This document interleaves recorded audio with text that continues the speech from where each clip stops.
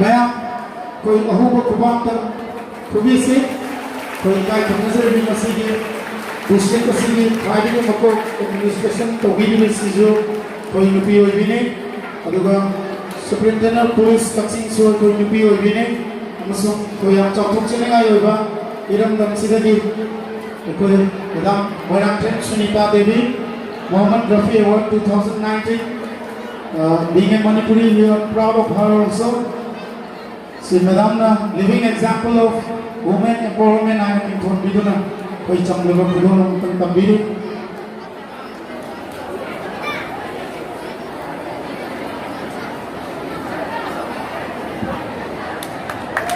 aho ko kubang tang nizare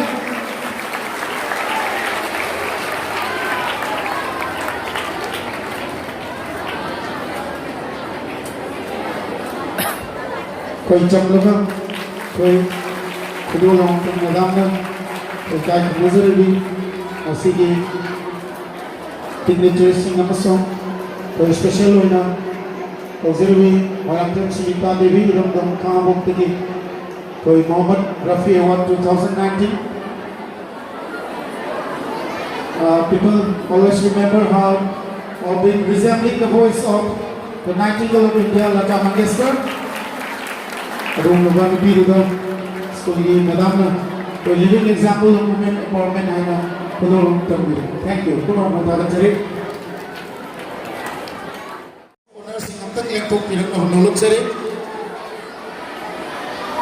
Sana Toy winner of Mega Talent Show 2019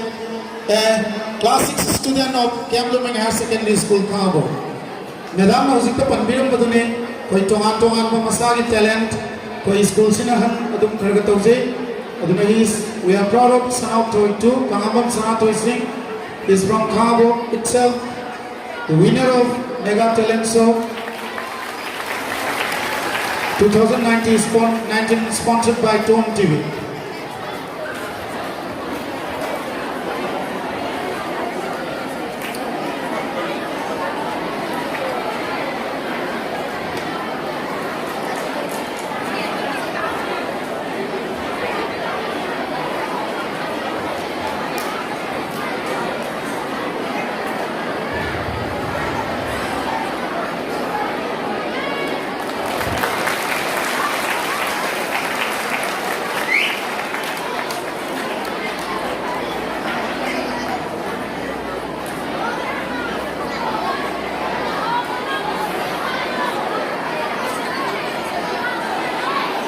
सांगदब कोई time factor येगा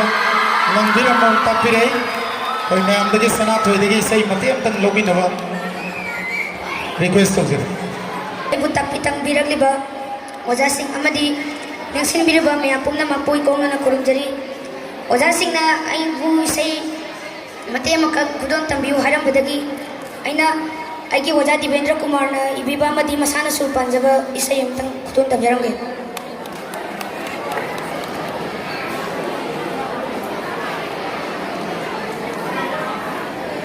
मसीगी sassy आइना teacher day दोना मपुम सचरगे हुजिक्ति आइना स्थाई ने अदुगा अंतराने सी खक्तै सचरमगे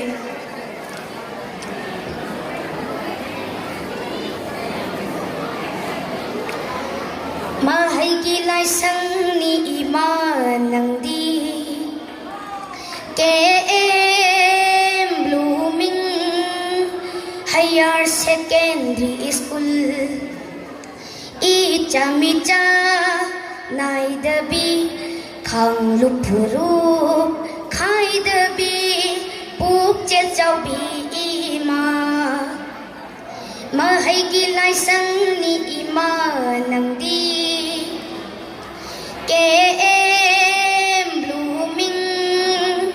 Higher Secondary School mamlaba punsigi lambida mahaigi mangal pinabiba mahaigi mangal pinabiba oja kayana leiteng oibi ima nasai golden nasasing lairang oina laisat ꯇꯝꯖꯒꯦ ꯂꯩꯔꯥꯡ ꯑꯣꯏꯅ ꯂꯩꯁꯥ ꯇꯝꯖꯒꯦ ꯃꯍꯩꯒꯤ ꯂꯥꯏꯁꯪꯅꯤ ꯏꯃꯥ ꯅꯪꯗꯤ KM Blooming Higher Secondary School KM Blooming Higher Secondary School Higher Secondary School Higher Secondary School Simta tamjarage lusinjarage Thank you Taga tambira oina takpirai dugi taptagi sai matem ta khudol tamjarange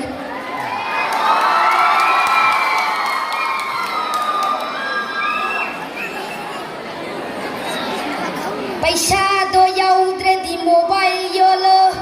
miss call thapi bugi leiba mobile lo Paisa yaudre nang amuk ta tauragu hello dang hairaga su tham khodna ha miss call pampi da pirog libdo Paisa do yaudre mobile yolo miss call thapi bugi leiba mobile lo Paisa yaudre nang amuk ta tauragu Hello dang hairaga su tham khodna ha